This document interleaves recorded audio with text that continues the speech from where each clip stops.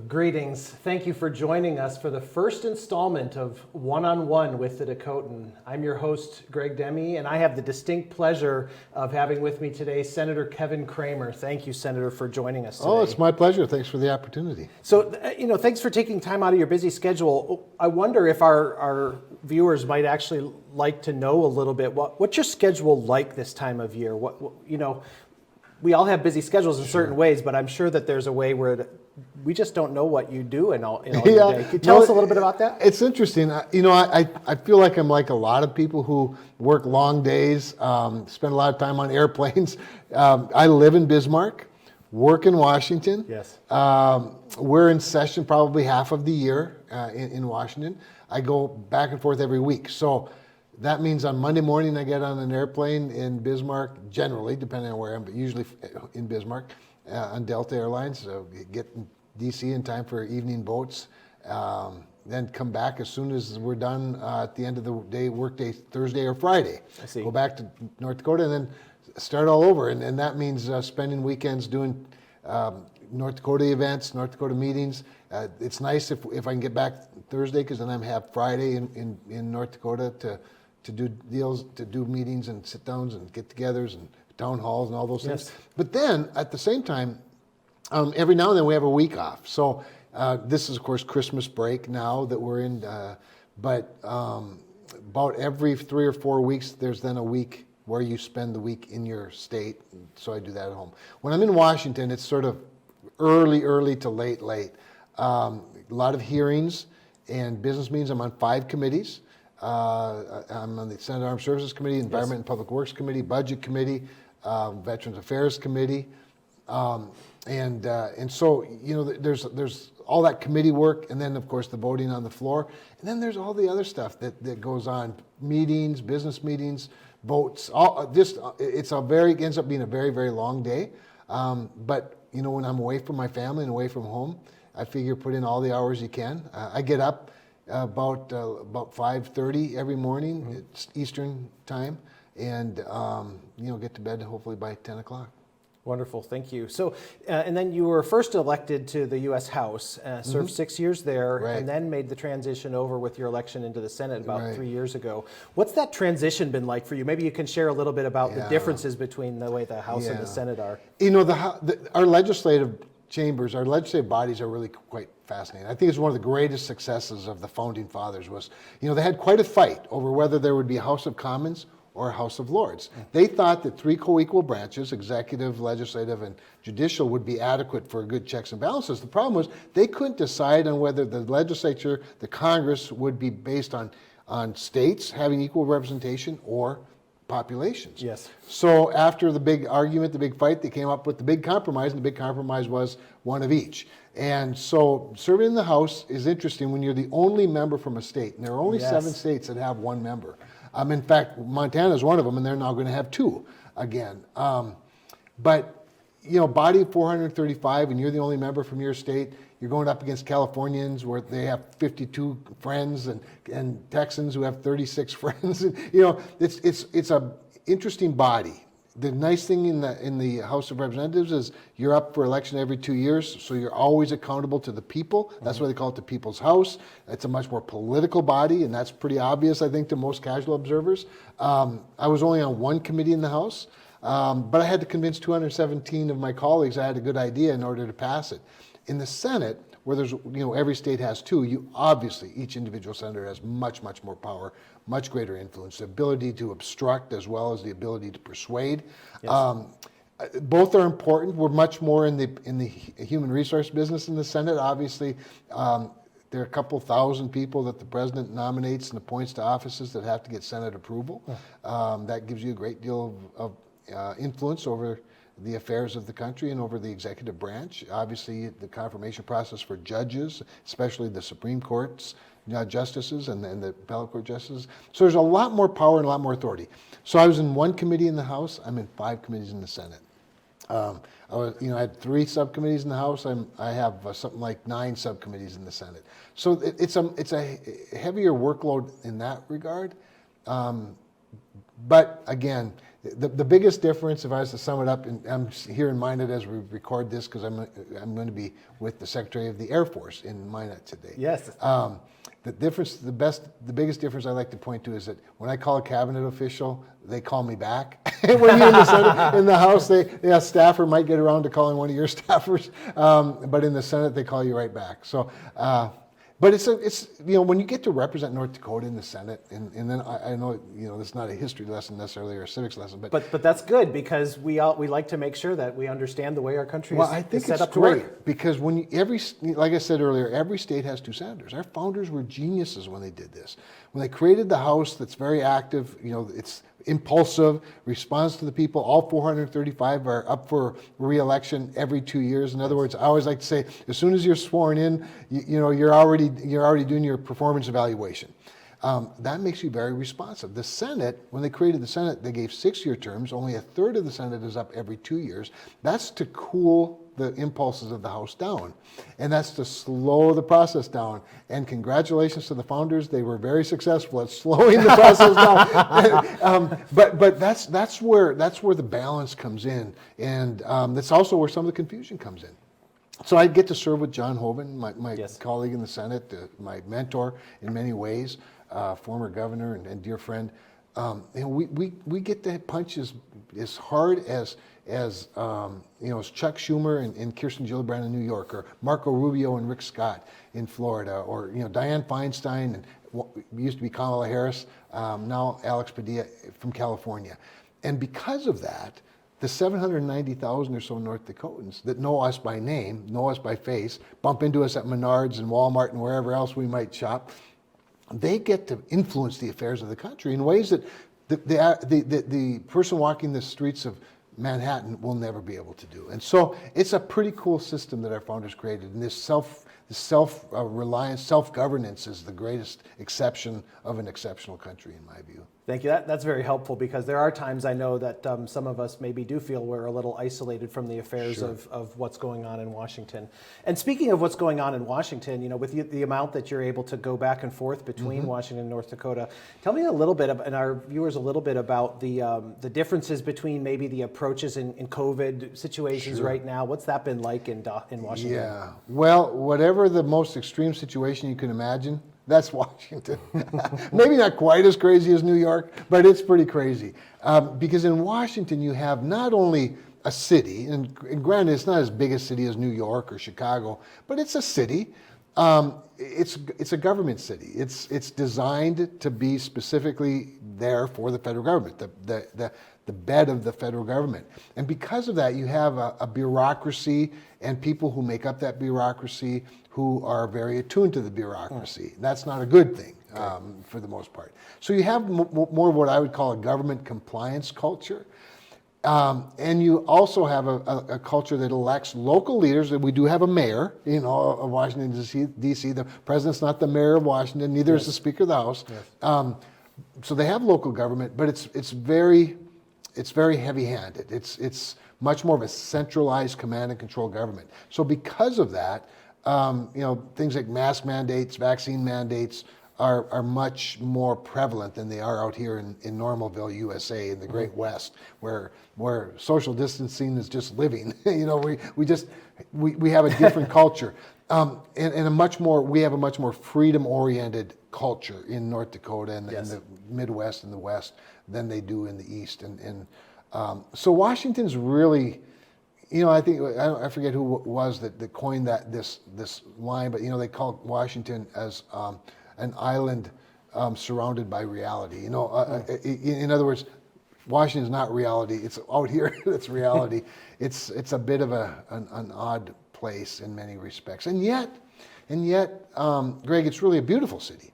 The monuments, the buildings that really are a testimony to the liberty of the United States. We're losing some of that. One of the things that I think a lot of us during the pandemic I'm sort of grieved is the fact that our Capitol building's not open to the general public. Yes. I can take some people in and give private tours and things like that, but for the most part, you don't have the thousands of people going through the Capitol every single day like you do in normal circumstances. Well, and with school children and teenagers, that's often something that gets them interested in how our government works, and eventually maybe even being a part of this, be able to tour those. Boy, it's so true.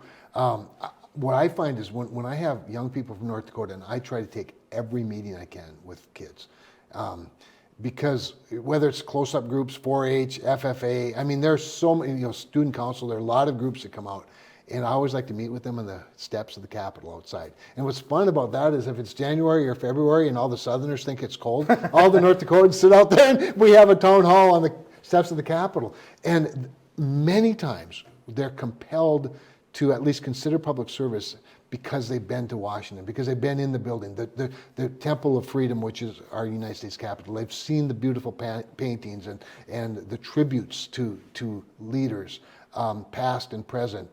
And it really is motivational and life-changing. And so no question that the last couple of years have been a disappointment for a lot of people. But hopefully we can get this thing turned around. Yeah, you mentioned mask mandates and vaccine mandates, and I think one of the concerns that a lot of North Dakotans, I think, and even beyond North Dakota is, what's the effect on, for example, our military readiness right now on the things that have gone with the vaccine mandates? Really an important question because, the military was one of the first mandates. And of course, the military is a very command and control, bureaucracy. Unlike really anything else in the United States, there is a very serious, understandably serious emphasis on commands and obeying commands, the chain of command. Readiness is what the military is all about. Certainly good health is a part of good readiness. But remembering that we're asking people to put their lives on the line for our liberty, and in some cases we're really taking away a lot of theirs. That's why I've been so active in trying to make sure that anybody who wants to not get vaccinated while being commanded to get vaccinated would never receive anything less than an honorable discharge. We've started to see some of those already. We are. Yeah, we are. We've gotten to those dates, and we have passed that legislation. Roger Marshall and I, a senator from Kansas, and I led that legislation, and we're very pleased that it got into the National Defense Authorization Act, so that at the very least, we realize this is an unusual circumstance. The vast majority of people who serve in our military now signed up prior to COVID-19 and prior to these mandates being put in place, and shouldn't be bound by them, or at least shouldn't receive a dishonorable discharge as a result of not. And by the way, the military is not providing very many waivers, even religious exemptions, and that's really disheartening to me. But that's why we passed this legislation. And since we're on the topic of the military, anything you'd like to share with our viewers about the recent defense bill? Yeah, so we just passed the National Defense Authorization Act. I happen to serve on the Senate Armed Services Committee, and this was the 61st year in a row. We pass this authorization every year. It's not like a farm bill that's every 5 years or a highway bill that's every 5 years. It's every year.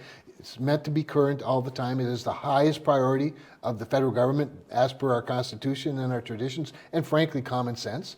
We got a nice raise again, pay raise for our military men and women. We took care of a lot of the things that are important to North Dakota because they're important to the country, and most especially as it relates to Minot, the nuclear triad, making sure that the modernization of our ICBMs, that is replacing them with ground-based strategic deterrent. That's the next phase, keeping that on track, on budget. LRSO, the long-range standoff weapons, which are the new weapons that the bombers will carry. Very, very important. The modernizing of the B-52s with new engines, very important. All of those things are in the National Defense Authorization Act, and keeping them on schedule, because we cannot afford to go backwards any longer as a country. We can't even afford to go slowly. We need to move at the speed of China. Guess what? China doesn't have they have a much more efficient form of government, shall we say. It's also totalitarian and doesn't pay their military, but technologically they're advancing at a much more rapid pace than we are, in space, in cyber, in weapon systems, in the Navy. So like I said, it was the 61st time in a row, 61st year in a row we've passed it before the end of the year. Large bipartisan numbers. It's the one thing that seems to unite the country. Yeah, thank you. And with things uniting the country right now, it seems like one of the biggest concerns has to do with rising prices, and especially if you think in the energy industry, gasoline and natural gas. I know when I filled my propane tank 2 months ago, I was paying almost $3 a gallon, and that was back in October when it was still relatively warm here. Yeah, right. What are we supposed to feel about? Can we get a handle on some of this inflation, especially in the energy industry? Yeah. So on the energy front, and energy, by the way, is really a leading indicator in many respects for inflation. It's like the worst form of inflation. Energy and food, two things everybody has to have. And obviously heating your home isn't optional in North Dakota in the wintertime. So it's really a very bad tax on everybody, and it's a worse tax on the people that can least afford it, because the people who can least afford the increase in energy costs are people who also can't afford to insulate their homes with higher cost insulation, or drive an electric vehicle, because pretty much upper class people drive electric vehicles, at least the middle income upper class, and so it's really a tax on the lower and middle class more than it is on anybody. The cause of it, there's a number of reasons. One, of course, is we did have a pandemic that brought demand way down, and then in the expanding, coming out of the pandemic, the expansion of the economy reignited demand, but the supply was way down. And the problem with that is that Democrats didn't know when to stop. They just kept throwing more money, that is to say more demand without more supply. In fact, they did just the opposite with energy policy. President Biden put a prohibition on federal land development. He stopped important energy projects like pipelines. Yes. All the while greenlighting Russian pipelines and asking OPEC for help. All of these things contributed to higher prices while the demand was rising. The only way to get our arms wrapped around it is to increase the supply to go with the demand. The problem is Democrats seem bent on doing even more of the opposite thing. So we're going to have to work our way out of this. It's a global challenge. It's particularly bad in the United States. As you probably know, we're 20% of the consumption in the world. Yes. We're 5% of the population, 20% of the economy. We're going to have to open up the supply side. It seems like such a shame when just a few short years ago we were an energy exporter. We were an energy exporter. We were energy dominant. There's going to be, you'll see probably by the time this airs, an op-ed that I've penned with H.R. McMaster, former national security advisor, on the geopolitics of our energy surpluses, our energy excesses, and how we can use those as leverage against our adversaries like China and Russia, rather than having theirs being used against us. Yes. We do it better. We do it cleaner. We do it with fewer greenhouse gas emissions, even fossil energy, and we need to get rebalanced here on the geopolitical front to understand that this is our leverage, this is our strength, this has national security and trade implications, the president's policies, and so anyway, we can do it better, and we need to do it better, and North Dakota, as always, can lead the charge. Another area of inflation that I know affects a lot of North Dakotans very interested, anhydrous ammonia, nitrogen products. Yeah. They're at shattering records right now. And what's a farmer to think about trying to get through the next year here with fertilizer prices really good so high? point. Really, obviously, it's important to plan. I don't think you have to convince farmers of that. The good news is some of the solutions aren't real fast, but the good news is that there's a lot of interest, because North Dakota, this is an area where North Dakota is not only capable of providing the inputs and the supplies, we're the big user as well. In so many cases, we produce a lot more of than what we can consume. That's a good thing. It creates a lot of wealth, whether it's food or oil or electricity. But when it comes to things like anhydrous ammonia, when it comes to things like nitrogen, we're also a major market. So you're seeing a lot of interest in plants, new plants, you taking advantage of the opportunities and the situation that we have here in North Dakota. Again, some of that comes down to permitting reforms as well as financing, but there's a demand for the product. We have a lot of the inputs to make the products, and we ought to be doing more of it here at home. That's a long-term solution. It's a long-term opportunity. On the short term, we continue to work with providers, trucking companies, railroads, the entities, pipelines that can bring some of those products to us as we prepare for the spring. Yes. The good news is we have all winter to work on it, but we can't wait. We've got to be prepared to make sure that our farmers have what they need when it comes planting time. Thank you. And then switching gears a little bit, I believe you mentioned you're on the Senate Banking Committee, and I know it was big in the news for a few months there about the desire of the current administration to start forcing banks and banking institutions to be checking into transactions of individual accounts at $600 a transaction. Crazy. Can you talk a little bit about what's happened since that was first proposed? Well, this is an area where I have to hand it to a lot of my colleagues. We worked really hard to get that word out. And by the way, so did the banks. What the administration wanted to do, and this was part of Build Back Better, they wanted to add a whole bunch of IRS agents in the form of bankers. And what the banks would do is that they would track every transaction, not just every transaction of $600, but anybody had $600. They then, when they took so much heat, they added the threshold. They made the threshold $10,000. So if you did $10,000 worth of business in your bank account over the course of the year, they would follow every transaction, turn it in to the IRS, right, because they wanted to catch the big rich tax cheats. Like somehow you were going to catch billionaires, by tracking the transactions of people on fixed incomes. There's no good explanation for why they would want to do it, except that they just want to snoop on everybody. And it had such a strong backlash, not just from politicians, but from everyone in the bank. In fact, it was the number one issue that people contacted my office about for several weeks in a row. I believe it. Usually these things are like a 1 week deal. This was several weeks in a row until finally they backed off. And I have no doubt they'd still like to figure out a way to do it, but they're certainly not going to do it by passing a bill. Seems like eternal vigilance on our part is what's needed indeed. there. Listen, self-governance only works when the governed are really active, and they were really active on that issue.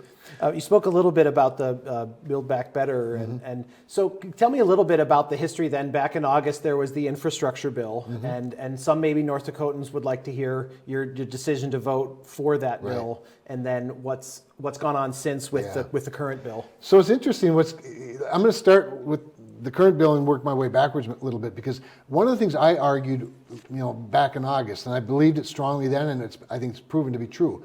If we pass infrastructure, hard infrastructure, separate it out from Build Back Better, we'll kill Build Back Better.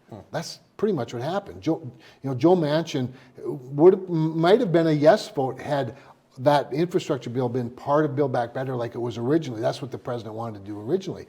I think that in fact, we already know that several of the progressive socialist Democrats in the House are upset now that they agreed eventually to separate them out. Remember, they put them back together in the House. We separated it. They tried to put it back together in the House.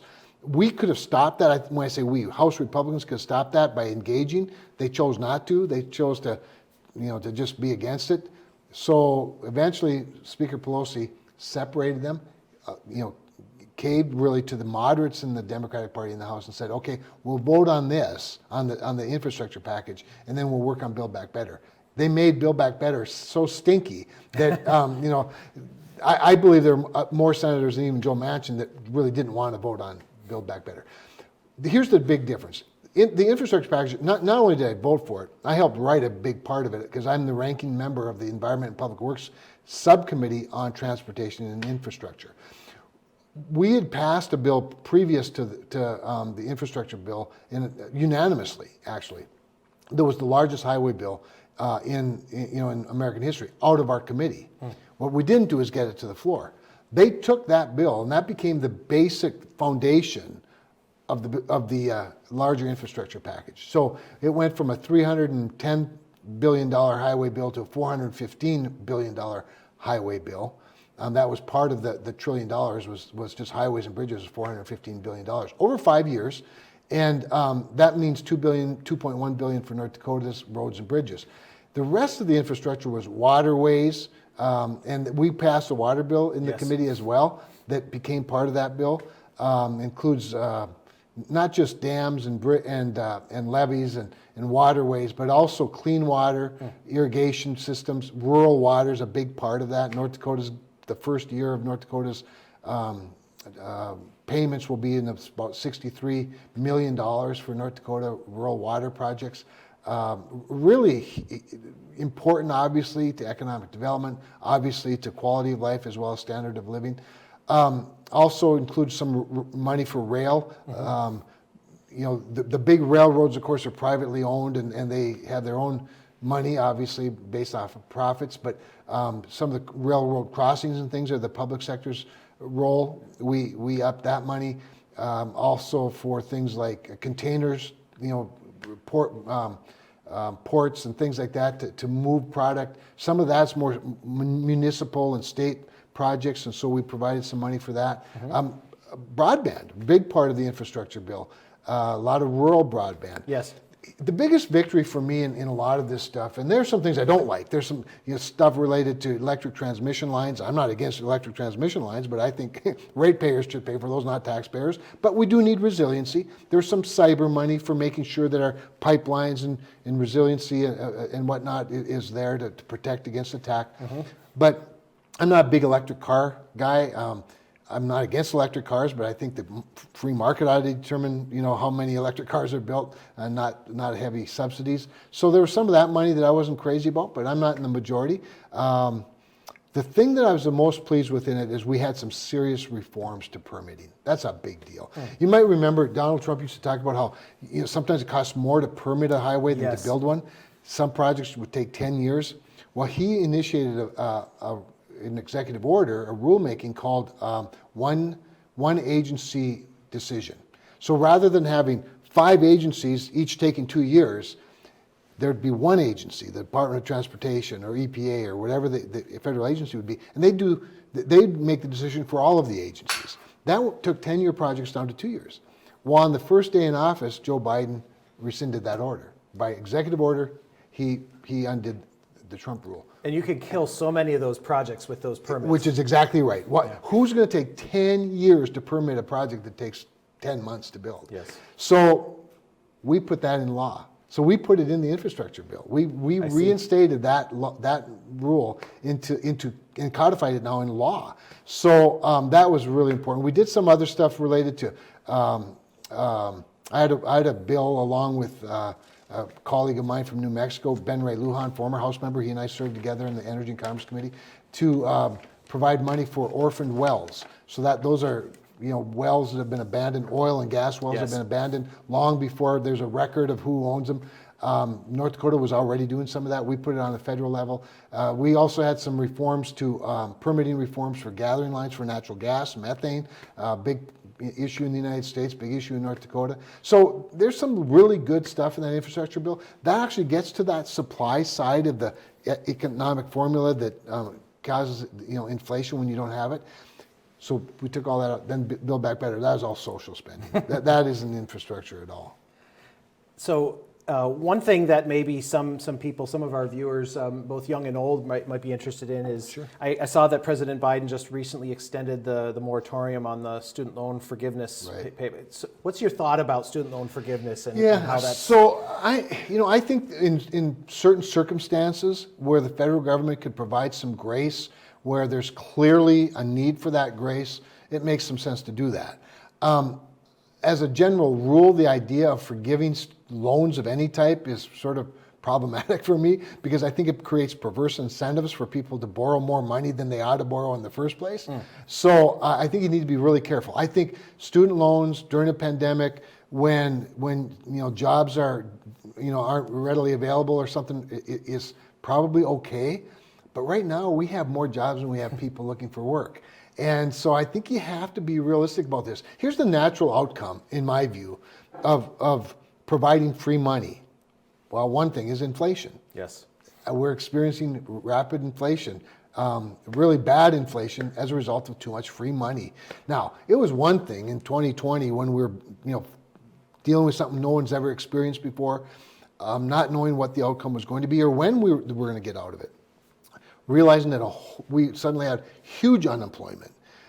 People needed help. But then we came into early this year with a growing economy, an expanding economy, coming out of the pandemic, and it was clear that inflation was on the rise. And Democrats poured $2 trillion more into the economy, and now they wanted to put another $5 trillion. So we now, like I said, we now have an expanding economy and lots of jobs. But the other problem is when you give away too much money, you incentivize the wrong behavior. If students could get free tuition or forgiven loans every time they got a loan, the price of tuition would go up. Yes, which we've already seen. That's back to inflation. I always tell student groups that one of the first things students will ask me is, what do you think about either loan forgiveness or tuition forgiveness? And I say, well, if I gave you all $1,000 every semester towards tuition, the price of tuition goes up $1,000. Yes. You get nothing. The college president looks like a genius, but you get nothing. And you have a really good college president here. But I want to be clear about that. But we need more economics 101 in the United States. So maybe you haven't had much of a chance to pursue this lately, but we've had some almost unprecedented events here in the state party, especially over the last week. Sure, we sure have, that kind of tension that's going on, it only seems like it's ramping up. How do you see that affecting the Republican Party here? Yeah, it's interesting because one of the problems with the Republican Party in North Dakota is it has no rival, and so that means we can only argue with ourselves, and that's unfortunate. On one hand, on the other hand, I was a young party executive and party chairman when there were only 3 state elected officials that were Republican. That two public service commissioners and a state auditor. We had one of the 2 chambers was Republican, the other one was Democratic led, and we elected a governor in Ed Schaefer, and we haven't turned back yet. And then I took the last statewide elected office away from the Democrat. I'm the first Republican in my lifetime to hold the seat that I hold right now. So we've seen a massive shift to an overwhelmingly Republican state. And like I said, the obvious consequence of that is that when you have a big tent, you have lots of factions, unity is hard to hold. I grieve it because I think it's unnecessary. One of the things, I did not seek the Republican endorsement when I first ran and won for the House of Representatives. Yes. I didn't go. I went to the convention as a public service commissioner, but I did not seek their endorsement. I ran against their endorsed candidate and won. I was the first Republican in history to do that. And the reason I did that was because my view of the party at the time, and I'm a former chairman, but even when I was a former chairman, I suggested the possibility of not endorsing candidates, but going right to the convention or going right to the primary. And the reason for that is I wanted to grow the tent. I think more people involved is better than fewer people. 2,000 people making the decision that 100,000 people can make, I don't think that's representative government. On the other hand, you can lose a discipline, a party discipline, a philosophical discipline, if you don't have some sort of mechanism for that. My view of it is that the party's going through these growing pains right now, but the lack of inclusivity is what will get you in trouble, and that's what I worry about. I remember in that 2012 convention where I didn't seek the endorsement but won the primary. I remember the Ron Paul faction of our party, and Ron Paul was a very popular presidential nominee within our party. Yes. Not the nominee, was never going to be the nominee, but he had a following because he had a conservative discipline about him, an intellectual honesty about him that's attractive to a lot of people. I was appalled at how Ron Paul people were treated at our convention. The microphones were turned off when they were trying to talk. Yes. They'd sought a more open process of electing delegates to the national convention. The party had tried to just provide one slate that pre-picked by a nominating committee without opening it up. Really unfortunate, and I don't know why. I don't know what the risk was. You can only win in politics by addition. You can't win by division or subtraction. So we need to be careful as a party not to become exclusive. We once were very exclusive. I was the 30-year-old chairman, youngest chairman in the country, youngest chairman in North Dakota history at the time. So there was a bit of a youth movement taking place, and we needed one. But you can't exclude people, and you shouldn't fear factions of the party. I will say this, but every moderate that I serve with in the United States Senate is critical. Is critical to our party, critical to us being a majority. Every right-winger, every libertarian, every one-issue Republican, I work in a 50-50 Senate. You can't afford to exclude people from a 50-50 Senate. And so you need to find ways. This is why ideological, hardlining can lead to problems. But if you exclude people, you're not going to be a winning party for very long. Thank you. You touched a little bit on what I think maybe might be my last question for you. Earlier on, you talked about how much access we have in North Dakota to our legislative, our congressional delegation, and which I have appreciated in my time in North Dakota. What's an average North Dakotan who may be feeling a little frustrated about the things that are going on at the national level? What's the one thing that you could say, this is what you can really do, that you can, one, feel involved and feel like you have a say? Yeah, first of all, you can get involved at your local district level, and I would encourage that. And you'd be surprised, or maybe you wouldn't be, at how quickly you can get into a leadership position. If that's what you want to do. Now, not everybody can be the leader, but pretty much everybody can be active in North Dakota. I mean, I was a kid. I mean, I was a 30-year-old young political that became the chairman of the North Dakota Republican Party. The next youngest probably member of the Republican National Committee when I did that was probably 20 years older than me. My point being, in a little state like North Dakota, we have opportunities that you don't have in other places. So get involved at your local level, and you're going to find yourself having access to governors and certainly to your state legislators and your members of Congress. We're blessed in a huge way in North Dakota that way. The other thing, though, just stay directly connected. What I always tell people, I do 2 hours of talk radio every week in North Dakota. Open lines. I don't let the hosts of the shows screen calls, and it's pretty obvious when you listen to them. but I benefit from that. I would also encourage people to sign up for. I do a Monday morning newsletter, inbox newsletter. I don't know. I got several thousand people, probably 20,000. I don't know how many people get that, but we put it out every Monday morning, and I talk about everything we did the week before. It gives people access to what's going on, and then they can contact me through email, mail. Some people still send letters, phone calls. We respond to all of them. You just find out in North Dakota that you have pretty good access. So I would just say, never give up, stay active, call every number you can call, sign up for newsletters, come to town halls. It's been harder since the pandemic. We don't, there's not as much public stuff. Right. Although hopefully that's starting to open up more and more. Or come to Menards or Walmart, and you'll see me. I've held more town halls in Walmart probably than in the city hall, just by showing up. Yes, showing up's 90% of success in politics in North Dakota. Well, and I thank you again for showing up with us here today. It's my honor. This has been one-on-one with the Dakotan. For Senator Kramer, I'm Greg Demme, and for all the Dakotan staff, thank you.